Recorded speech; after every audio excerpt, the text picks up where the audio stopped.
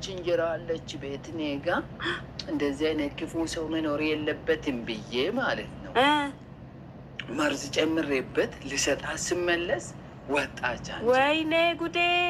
ምን አረገች? አክስቴ እኮ ናት። ምን አረገች? አዎ አንተን አትሞትም እንግዲህ አክስትሽ ከሆነች አትሞትም። ብትበላም ካበላሃት በኋላ ለምንድን ነው የማትሞተው?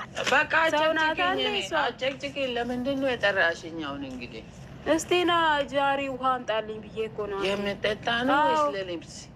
ጃሪ የሚጠጣ ነው። አንተ ጠጣን እንዴ? ጃር ነው እንዴ የምጠጡና እንዴ? ምንድን ነው ዛሬ አነጋገርን ላቀየርከው? እንትን ነው የሆነ በሶስት ሰው ቁብ ገባ።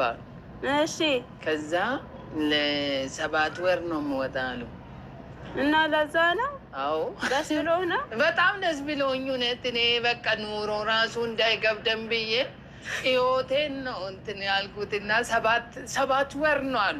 አይወጣም 7 ወር ውስጥ ነው በቃ። ኧረ የሚወጣ? አዎ አምጣልኝ። እሺ ሮጥ ብለህ ጃሩን በቃ መጣሁ። እሺ አመጣሁልሽ። አመጣክ? አመሰግናለሁ። እዚሁ አድርግልኝ። አስገባህ? ካመጣህ ትንሽ ወደ እዚህ ጋር በቃ በጣም ነው የማመሰግነው። 7000 ብር ነው ተከራክሬ ነው ያመጣሁልሽ። በ7000 ምንድን ነው አንተ 7000 የምታመጣው?